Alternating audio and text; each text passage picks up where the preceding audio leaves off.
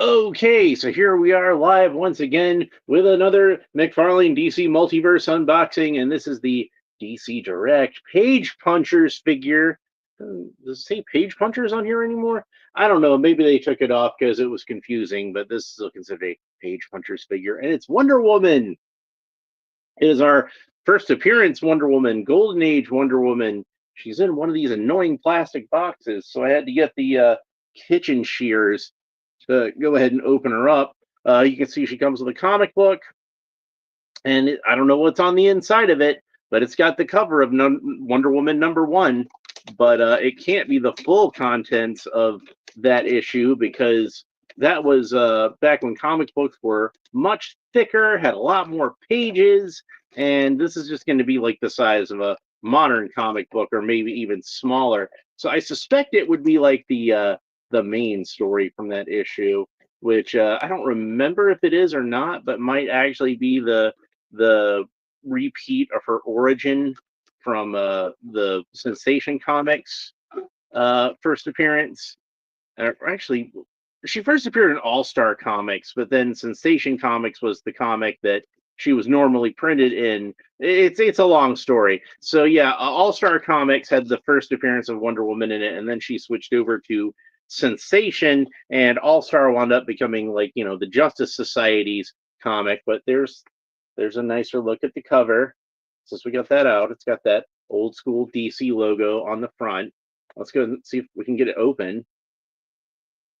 And some nice glossy pages. And yeah, here we have Princess Diana in the contest against some redheaded Amazon. It's always some redheaded Amazon, isn't it?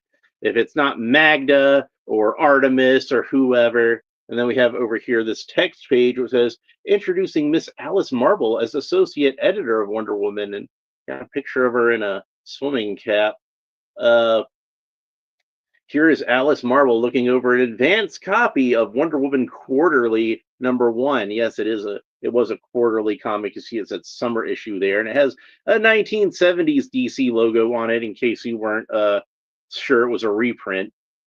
But but yeah, artwork by Harry Peter, who is the original artist of Wonder Woman. Of course, the writer was Dr. William Charles Marston, aka Charles Moulton. Uh, uh, William Moulton Marston. Yeah, but Hippolyta fighting Hercules, and then he seduces her and steals her girdle, and the Amazons are banished to Paradise Island after what happens with them and Hercules. So there she is fighting Hercules again, and Hercules is depicted with the lion's head cowl. But yeah, the Amazons are enslaved by Hercules and his army, and uh, the Captain Queen prayed to Aphrodite for help. Oh, divine goddess, forgive my sin. Give us the strength to break our chains and recover the magic girdle. And then the goddess Aphrodite answered Hippolyta's prayer. You may break your chains, but you must wear the wristbands and to teach you the folly of submitting to man's domination. We will obey, goddess. And then they break their chains. They fight back against the Amazons, and quickly arming themselves, the Amazons boarded the Greek ships. Guided by Aphrodite, the Amazons sailed far seas to their promised haven of peace and protection. On Paradise Isle, they built a splendid city which no man may enter, a paradise for women only. Yeah, I think there was like an independent film that I saw once that was an island where it was just women and no men, but it wasn't anything like Wonder Woman. Anyway, so then she sculpts the baby out of clay, and the gods bring the baby to life, and you see young Princess Diana growing to a small child, and then finally a young woman. And it says, uh, at 15, the young Amazon girl receives her bracelets of submission at Aphrodite's altar. That seems a little young for that. I don't know. And then she says, I pledge myself forever to thy service, O goddess of love and beauty. And then Hippolyta says, Drink, Diana, from the from the fountain of eternal youth. Beauty and happiness are your Amazon birthright as long as you remain on Paradise Island. It is a wonderful birthright. I'll never give it up. But then, oh, she meets a man, and that's where trouble, of course, starts. So, her and her friend here, Mala, they see a plane that's crashed in the water, a broken aeroplane wing. They dive in to save this person, and it turns out it's a man, and she ain't never seen no man before. So of course she's fascinated, but he's injured. So the more important thing is to get him medical attention immediately. And Mala even tells her, "A man on Paradise Island. You can't take him into the city. It's against the law of the Amazons. I will take him to my laboratory. That's outside the city. Don't tell Mother." And then you see the doctor, the royal physician, gives little hope for the stranger's recovery. He has brain concussion, shock, and exhaustion. His chances are slight. We must save him. So, in the laboratory, Diana works day and night to perfect a healing ray, which will save Trevor's life. And then Mala says, "You must stop working, Diana. You've had no sleep for 3 nights." And Diana says, "Leave me alone. Let me alone. I've almost got it." So, and she invents the purple healing ray. I've read this story before. So, and that does the trick. That saves Steve Trevor's life, even though he was pronounced dead, believed to be clinically dead. The purple healing ray actually does such a good job of healing him that he's not dead anymore. And then Dr. Althea reports to the Queen. Diana worked day and night to save him. She seems strangely interested. Oh, woe the day that brought a man to Paradise Island. Send Diana to me immediately. I'm sorry, I should say that differently. Send Diana to me immediately. I have to say it a little more British. I'm trying to go for like a mid-Atlantic thing, but she's more on the British end of mid-Atlantic. Wonder Woman's a little more on the American end of mid-Atlantic. The stranger must return to the warring world of men, but he cannot travel until he gets well. I will take Captain Trevor to America, Mother, in my new invisible plane. Oh, please let me. No. If you leave Paradise Island, you will lose your birthright.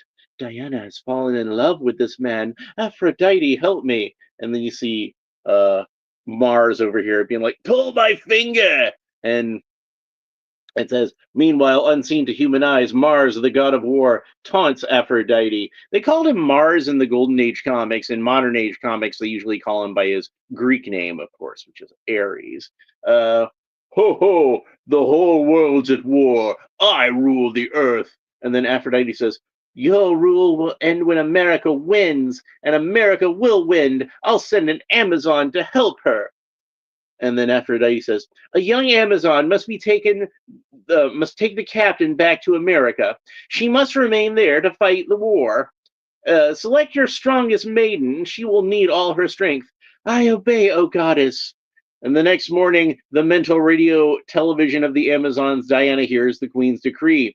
And so, to select our strongest maiden, an athletic tournament will be held at the Amazon Stadium. Entries to be filled. And Diana hurries to the palace. Oh, Mother, I just heard you're broadcasting. How exciting. I want to enroll for this tournament. No, my daughter, I forbid it. You cannot compete. Don't argue with me, child. This contest, the winner of the contest will leave Paradise Island and the world of and live in the world of men. You cannot give up your birthright. But Mother, some girl must do it. And then she puts on like a little domino mask like Robin and says, I'll wear this mask. All contestants dress alike and Mother won't know me. Yeah, she won't know because you'll recognize you by your cheekbones. Bobby Wald says, wow, it's like Masterpiece Theater, but with comics. So it's better than Masterpiece Theater because it has comics, right? That's what we mean. So... And I'm just like John Houseman over here.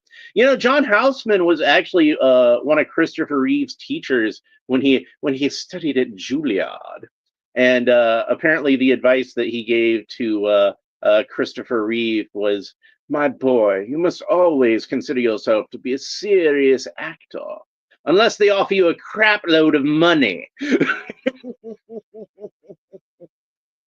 And John Houseman, like, I remember seeing him in a lot of stuff in the '80s because, like, I guess he was at the point where he's like, "I'm an old man. I don't mind selling out. In fact, you might say I got my opportunity to sell it the old-fashioned way. I earned it." Anyway, Diana pretends to stumble as she passes the Queen's box. "I'd better not let Mother see me so close, even with a mask on." So, like, in the television series with Linda Carter, she also wore a blonde wig along with her, and all the Amazons wore masks. Actually, it was part of their tradition, but she wore a blonde wig in addition to it, so a little bit more of a disguise there. And of course, in the George Perez version, he kept the idea that all the Amazons wore masks, but it was more of like a whole solid helmet. So basically, you can only see like her lips. And I could understand if Hippolyta didn't notice Diana at the time. Maybe the gods enchanted Diana so that Hippolyta wouldn't see her, or maybe just Hippolyta did not want to see that it was Diana. Anyway, so they're fighting on kangaroos with it's pretty awesome. I like that the Amazons ride around on kangaroos. The first contest is fencing from the backs of Amazon kangas. Kangas, or Amazon, yeah. A game which requires great skill and sure horsemanship. And Wonder Woman's personal kanga is named Jumpa. I don't believe they mentioned that in this story, but she is. And then the final round wages between number 21, a huge Amazon, and number 7, the Masked Maiden. And "I'll tear you down, you little tulip. You need weight for this sport." And then Wonder Woman, Diana, says, "Backbone's better than beef." So they're fencing on the kangas, and Diana causes the big gal to fall. And it says the masked fighter catches her powerful opponent off balance. "Light landings, big girl. Oomph! You got me." And then Mala's best friend feels depressed during wrestling with Fat Sis. So they got like a fat Amazon girl, and her name is Fat Sis. That's cute. But it's funny because Fat Sis, I can't believe I'm saying this word, looks a lot like a character that we'll see later on in Wonder Woman comics named Etta Candy, which is really not much better of a name than Fat Sis. But I like that Etta Candy. I think she's a fun character in those Golden Age stories. And when they do her right later on, she's still a fun character. They did a pretty good job with her in the Gal Gadot Wonder Woman movie, I think. But yeah, then Mala has to do the lasso duel with Diana, but she manages to get out of it. From sunrise to sunset, the grueling tests of strength and endurance continue. One by one, the Amazon girls are eliminated until only number 7, the Masked Maiden, and her rival Mala remain in the contest. A deep hush falls over the amphitheater as the Queen rises. "Only 2 girls survive this tournament. Number 7 and 12. Both have won 11 contests. The final test for entrance into the world of men will be bullets and bracelets." So they got their gun. Oh, the crowd actually, "Bullets and bracelets."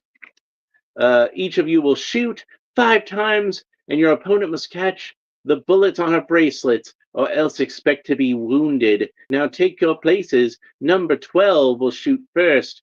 And of course, Diana deflects all the bracelets, but Diana manages to just slightly wing Mala in the shoulder. That counts. The winner, the contestant number 7, the Masked Maiden. "You may remove your mask, number 7. I want to see the face of the strongest and most agile of the Amazons." "Daughter, you! I wish it had not been, you had not won, Diana, but But I am very proud of you. I award the winner of this costume and magic lasso, prepared under Aphrodite's personal direction to wear in America. Oh, mother, how wonderful! And you can see this is not the exact costume that she wears in the figure because it's got the shorts instead of the skirt, as we'll see later. But you see Wonder Woman donning her costume for the first time. Lovely little panel there. And it says, Diana, like any other girl with new clothes, cannot wait to try them on. Okay, 1940s. The Amazon athletes cheering Diana carry her around the arena. Hola, hola! Hail the Princess Diana, our new champion! And I guess that's the end. Even though there should be more story to this. No, wait, there's more. Okay, pages were just stuck together. We'll talk more about these ads in a second because we're almost done. So yeah, the Queen explains the magic lasso to Diana. It's made of tiny golden links which are unbreakable. They are taken at Aphrodite's command from the magic girdle itself. The chain is so fine, it's like silk. So we see that in the original story, the magic lasso is not a rope, as is often depicted, but it's actually more of a chain. Dr. Marston, I see what you're doing here. The magic lasso contains Aphrodite's power to make men and women submit to your will. Uh, Whoever you bind with the magic lasso must obey you. Obey me? But mother, what? Dr. Althea interrupts the conference. Sorry, doctor, I'm busy. I'll try this magic lasso on the doc. Doc, stand on your head. Stand on my head? Certainly not. Not even for you, princess. And then she lassos her and she winds up standing on her head. I wouldn't do it, but something compels me. Stop your silly tricks, Diana. Think of the doctor's dignity. So she came to tell her Steve Trevor is doing better. Here's Steve recovering in the bed. Uh, my eyes must be bad again. You're the scientist that saved my life, but you look at me like the most beautiful girl. You look to me like the most beautiful girl in the world. If your eyes are bad, I hope they stay that way.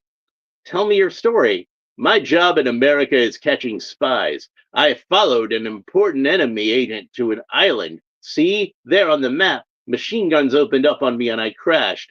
But I must have drifted unconscious for days until you found me. Too soon the day arrives when Princess Diana must leave Paradise Island, perhaps forever. Farewell, farewell, my child. Must you always be guided by the twin goddesses of love and wisdom. I promise, mother. Goodbye. And then she flies away with Steve, and they go down to the island after the spy that shot down Trevor in the first place, and she ropes him with the magic lasso. Spotting Steve's spy running frantically towards his plane, Diana swoops low and cleverly lassos him. Bound by the magic lasso, the Japanese agent is forced to tell Trevor everything he knows, and that is plenty. Uh, who is Hitler's agent in San Francisco? Heinrich Fritz Uber. He later would take refuge in the United States and invented a driving service that you can get an app for online. But that's neither here nor there. So you see, Colonel Darnell, Trevor's chief, visits him at the hospital. You did a splendid job, my boy, catching that spy. You've been promoted to major. But I don't deserve it. Wonder Woman deserves everything. When Steve the next morning meets his new nurse, Diana Prince, he little realizes that beneath the demure disguise hides the glamorous beauty of the Amazon princess. If only Wonder Woman would stay near me. Perhaps she's nearer to you than you think. I'm sure she'll come quickly whenever you need her. And so began the career of Wonder Woman. Now, there is a story later on that explains how Diana got the identity of Diana Prince. And if I tried to tell you how it happened here, it's so crazy you wouldn't believe me. So just look it up for yourself, folks. It's worth reading. So the Wonder Woman comics of the Golden Age were nuts, and I mean that in the best possible way. I absolutely love them. They're crazy. They've got a lot of like just wild, very original supervillains that you run across. We're talking characters like Doctor Poison, the Blue Snowman. You know, I know a lot of you know characters like the Cheetah and Giganta. They first appeared during the Golden Age, and they were probably some of the more normal Wonder Woman villains. And the original origin of Giganta is that she was a gorilla who had an evolving ray used against her that turned her into a human. So, but she, you know, Giganta is my personal favorite Wonder Woman villain. But anyway, let's go ahead and talk about some of the accessories that come with this figure. Now that we've read most of the comic book, I kind of skimmed around it, but I read more of it than I was originally intended to. I don't usually read the comics with the page punchers because they're too long, but that's a Golden Age story, so it was a bit shorter, and even then I didn't read the whole thing. So here's the trading card, and it does not have the artwork from Wonder Woman #1. This is, in fact, from her first appearance in All-Star Comics. And there's what the back of the trading card looks like. And it reads, Page Punchers, Wonder Woman, real name, Diana Prince. Well, that's not her real name. Her real name is Diana, Princess of the Amazons. But Diana Prince is her alias that she uses. I'm telling you, find that comic that explains how she got her Diana Prince identity. It's insane. And they did more insane with it, stuff with it in the 70s, too. I don't even want to get into it right now, but just trust me when I say that it connects to the Super Friends cartoon in a way one might not expect. Oops, I dropped her figure stand, and it's that newer type of DC figure stand with the white 1970s DC logo inscribed onto it. Very nice. Okay, where were we? We were reading the back of the card here. The origin of Wonder Woman continues from All Star Comics #8. The Amazon princess arrives in man's world with the wounded Steve Trevor. The story also explains the origin of Wonder Woman's secret identity of Diana Prince and features the first appearance of Wonder Woman's invisible jet. Yeah, you gotta go back and read those old Golden Age Wonder Woman comics. They're awesome. Like they're just so crazy. I love them.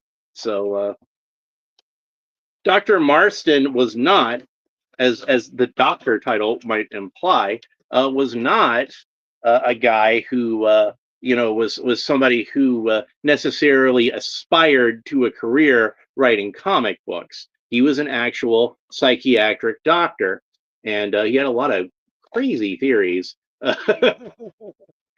And was a pretty kinky guy actually. Like like we all got our kinks, so I'm not being judgy about it, but this is just saying he was. But anyway, he went on the radio talking about how he was worried that comic books that kids were reading had a little too much of a blood curdling masculinity. And his idea was to create a super heroine that was a beautiful woman who could guide with compassion and well, hotness. If we're being honest about it. So yeah, DC did a pretty smart thing, and they call up this doctor who is giving them a hard time in the press, and they're like, "Well, what would you recommend we do for a comic book?" And long story short, they came up with Wonder Woman. He worked with artist Harry Peter, who at the time was best known for drawing a newspaper comic called Invisible Scarlet O'Neill, which was about a young woman named Scarlet O'Neill who could turn invisible. Does exactly what it says on the tin. But yeah, Harry Peter was already an established comic book artist, and he had a very unique style, I think. And this action figure, I think they did a really good job capturing the look of Harry Peter's version of Wonder Woman. So I cut all the rubber tabs. She had doubled rubber tabs around her waist and rubber tabs around each of her forearms, right above the bracelets and each of her ankles. So let's go ahead and get Wonder Woman out of the package. And I took all the hands out, but I didn't really talk about them. But let's go ahead and talk about the hands. So she has two of these open hands. Those are exactly the same, but one for the left and one for the right. And then on the figure, you can see she has a solid clenched fist and a gripping hand on the right hand. And you see they got a gripping hand for the left hand and a solid clenched fist for the right hand. So basically, she's got three hands, which are or I'm sorry, yeah, three hands that are in doubles, three sets of hands, I should say, and that gives us all like basically the a good component of what hands you want to have. This bicep seems to be stuck a little bit. See if I can coax it.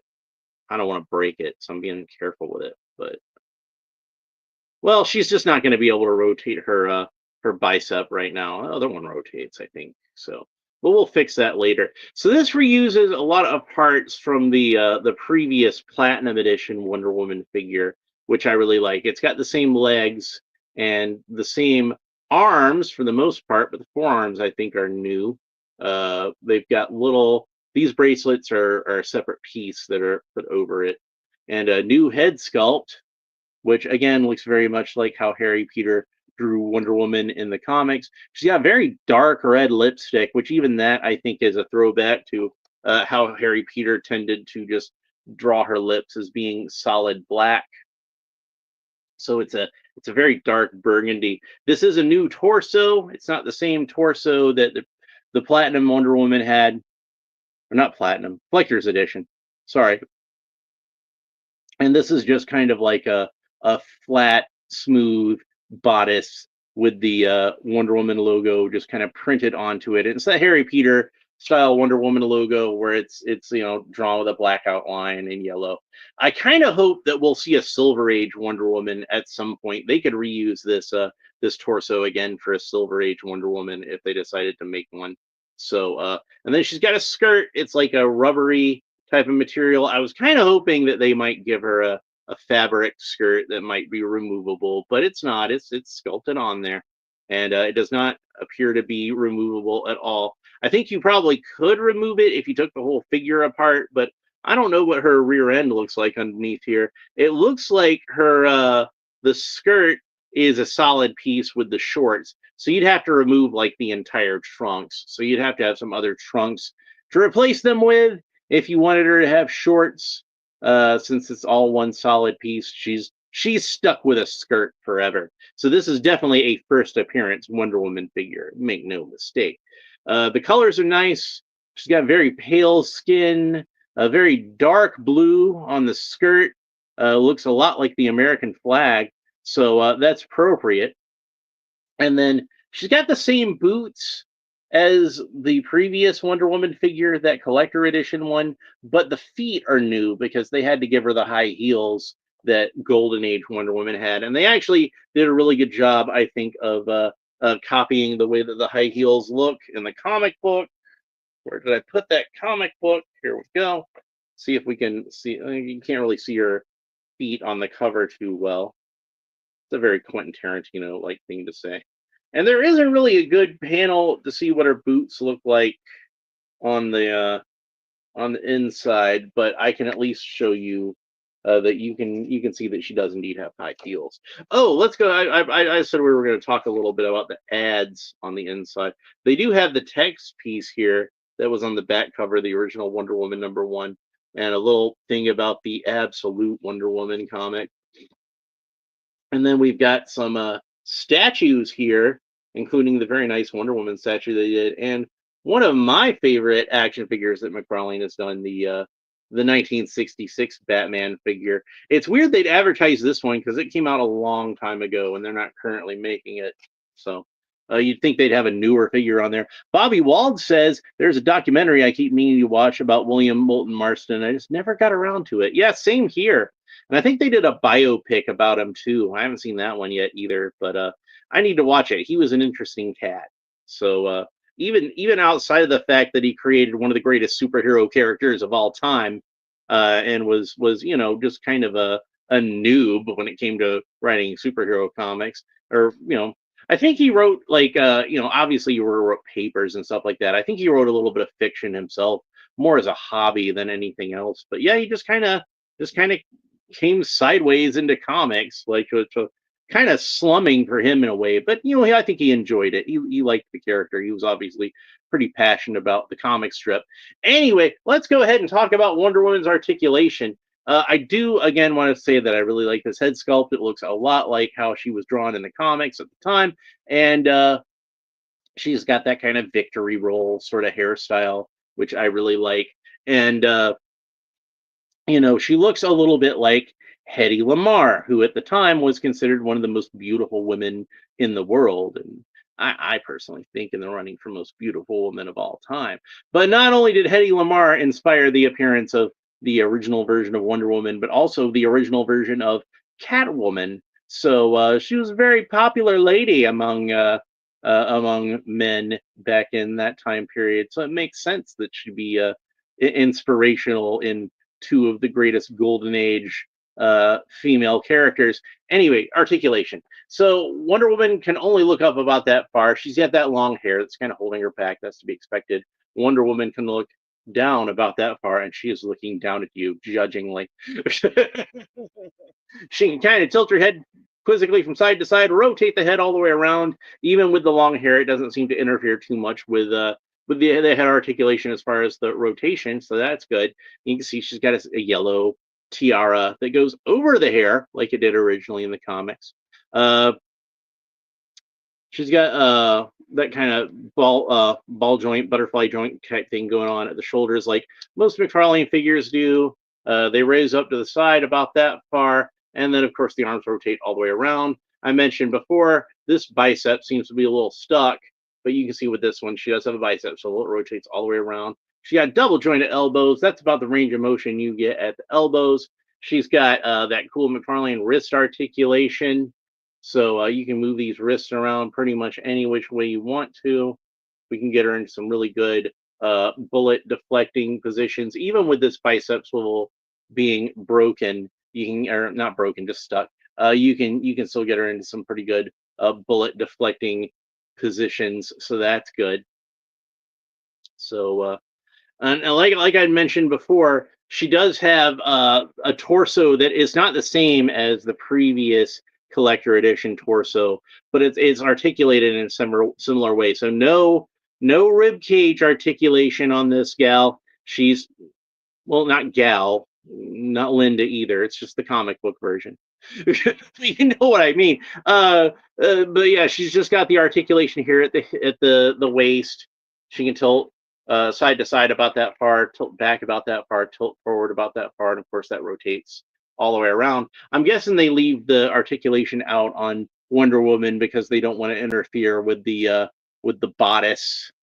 And it would, if she had articulation in the rib cage, it would cut into where her emblem is. If they do what I hope and do a Silver Age Wonder Woman figure, of course that one would have where the bird reaches all the way down to her belt, and it looks like one solid piece. I say Silver Age, but really more Bronze Age is what I want. That's more like what I'm thinking. But you know what I mean when I talk about that. So Wonder Woman can't kick up very far because she's got this rubber skirt piece, and even with it being the type of soft rubber that it is, it can only go so far. So that's about as far up as she can kick, unfortunately. She does have like a little bit of a rotation here, not a whole lot, and in fact less than most of these figures usually have. It almost makes me think it's not even intended to have a little bit of rotation here, but it does rotate a very little bit. She's got double jointed knees. That's about the range of motion you get at the knees, and no boot cut, even though obviously the skin here is a different color of plastic from the boot here. They could have made that a boot cut. They chose not to. It's just as well because she does have the cool Mcfarlane ankle articulation. So the ankle rotates all the way around where the ankle meets the shin and also where the ankle meets the foot. So you can get her ankle into all kinds of good poses that way. Foot points down about that far, foot points up about that far, and there's no toe articulation on this figure. That's fine with me. I don't really use toe articulation that much.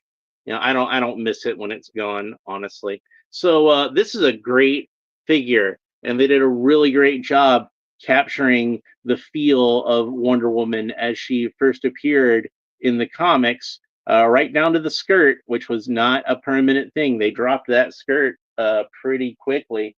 But let's go ahead and have a look at her next to some of our other first appearance characters. starting with Superman himself. And she looks great next to that Superman figure, doesn't she? And we can't forget the Dark Knight.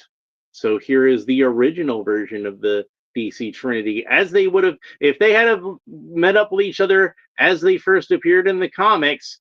That's what it would have looked like with all three of them together like that. So that's pretty cool. And let's see if I can find them down here, because I know I had them in the box underneath. And yep, here's one of them. If I thought about this, I would have just had these guys out like immediately so that I could just have them ready to show you all together. But here we have Wonder Woman with two of her other compatriots from the Golden Age comics, her fellow Justice Society members, and her fellow cover boys with Comics Cavalcade. That was like the all-American equivalent of Detective Comics, World's Finest comic. You know, like um, basically the early version of DC was broken up into two separate companies that were kind of sister companies to each other. You had Detective Comics, which had Superman, Batman, and then you had All American Comics, and their biggest superheroes, of course, were Wonder Woman, Green Lantern, and the Flash. So when Detective Comics was having some success with World's Finest Comics, which oftentimes featured their biggest heroes, Superman and Batman, on the cover with Batman's sidekick, Robin. So basically, their three biggest superheroes at the time. All American Comics took a page from their book and put Wonder Woman, Green Lantern, and the Flash all together on Comics Cavalcade, and that's how we got that comic. So it's cool to see all three of them together, isn't it? So, and that puts us another step closer to a proper Justice Society. We finally have a female member of the Justice Society, so the JSA Brownstone isn't going to be as likely to smell like a footlocker going forward. Watchmen fans will know the reference. So a locker room, that was it. But Wonder Woman's a really cool figure, and I'm really glad I was able to get a hold of her. She sold out pretty much immediately on most websites when I went to look for her, but thankfully I found her on GameStop. Ordered her and Superboy at the same time on GameStop, and she was the one I was most looking forward to. So, of course, when GameStop split up the shipment, which one do they send me last? Wonder Woman. Yeah, right? You saw that coming. But I did get the Superboy figure, and my Eradicator, Last Son of Krypton Superman, is allegedly coming to me from Amazon. They did finally ship it. So I'll finally have all four of our Reign of the Superman characters, and I'm looking forward to opening those up. So probably Eradicator will be one of the first of the next batch of Superman figures that I open whenever I get around to that. Superboy, though, is going to get opened whenever I can do my next live stream with Captain Have Fun. So if you're watching, Captain, saluting to you. But yeah, so that's a figure that's going to be coming up. We'll open that in that particular live stream. So I'm excited about that. So I probably need to send him a message. And he might be watching right now. So if he is, I guess sending a message would be kind of moot. But I probably should send him a message anyway, just so I know that he knows that I know that he knows that I know that he knows that I got that figure. So anyway, but that's it for Wonder Woman. Love this figure. Really happy with how she turns out. Like I said, I'm a sucker for Golden Age and Justice Society and first appearance type figures, and this is one that fits all three of those. Not to mention being one of my favorite superheroes since I was a small child, since I was a wee lad watching Linda Carter on the television series of Wonder Woman, and had the biggest crush on her that anybody ever had on anyone. Figure a lot of the 3-year-old boys watching that show, a lot of boys of any age, hell, 93-year-old boys are probably watching that show. Oh, she's a peach, ain't she?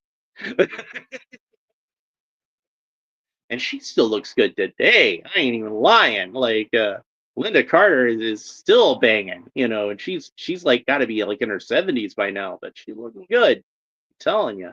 Maybe there's something to that whole immortal Amazon birthright. Maybe there's something Linda Carter ain't telling us. I'm just throwing that out there. Anyway, that's it for this episode. I hope you enjoyed it. Please make sure that you like and subscribe and all the fun YouTube stuff down below. And leave a comment and let me know what you think about Wonder Woman, both the character in general and this figure specifically. And what's your favorite version of Wonder Woman? I know, like, a lot of you out there are probably, like me, big fans of the Linda Carter television series. A lot of you probably like the Gal Gadot version from the movie. Maybe your favorite version of Wonder Woman is the one from the Super Friends cartoon, or from the Justice League Unlimited cartoons. She was pretty awesome on those. And of course, there's all the comics. I love the Golden Age comics, like I mentioned before. And I'm also a really big fan of George Perez's run on Wonder Woman from like the late 80s. I think he ran on even up into the early 90s. He was writing that comic for a while, but he didn't draw it the whole time, unfortunately. But I guess you get burnt out on that kind of thing eventually. But he wrote it for longer than he drew it, even. Uh, so there's lots of really cool versions of Wonder Woman. Oh, they should do, if Mcfarlane gets a chance to do it before the end, they should do a Kingdom Come Wonder Woman. I think that would be really sweet. So I know they did a Kingdom Come Batman, which I wasn't able to get, haven't been able to get him yet anyway. And they did the Kingdom Come Superman, of course, which I talked about, and I love that figure. So a Kingdom Come Wonder Woman would be nice to see, and tie the whole Trinity together. That's pretty much it for Wonder Woman. I hope you enjoyed it. Uh, it's just a slight excursion from the Batman characters that I've been opening up. And what's next on my stack of Batman characters? Oh, it's this guy, the Penguin from the Batman. So I guess we'll open him up, and I'll complain about that movie some. So that'll be the next thing I open. We'll get the Penguin out of the way, and I'll talk about why I bought him. Although you might have seen a sneak preview of why I bought him. Like I said, I can't say no to a $5 Mcfarlane figure. That's $5.95. That's, or $5.97. That's close enough. Oh, but I did get that when they had a deal going with their clearance where you got it for a little bit cheaper. So I probably got him for a little bit less than $5.95, all things considered. Anyway, that's it for Wonder Woman. Hope you enjoyed this episode. Please make sure you like and subscribe.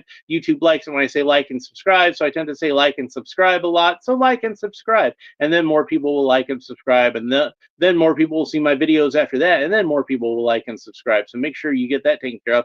Man, we've been talking about this figure for 42 minutes. And, part of that was me reading a comic book, so I guess that's to be expected. But I still, she's one I actually had a lot to talk about and a lot to discuss. I really like this figure. Anyway, that's it for this episode. Hope you enjoyed it. We will talk to you next time. Bye.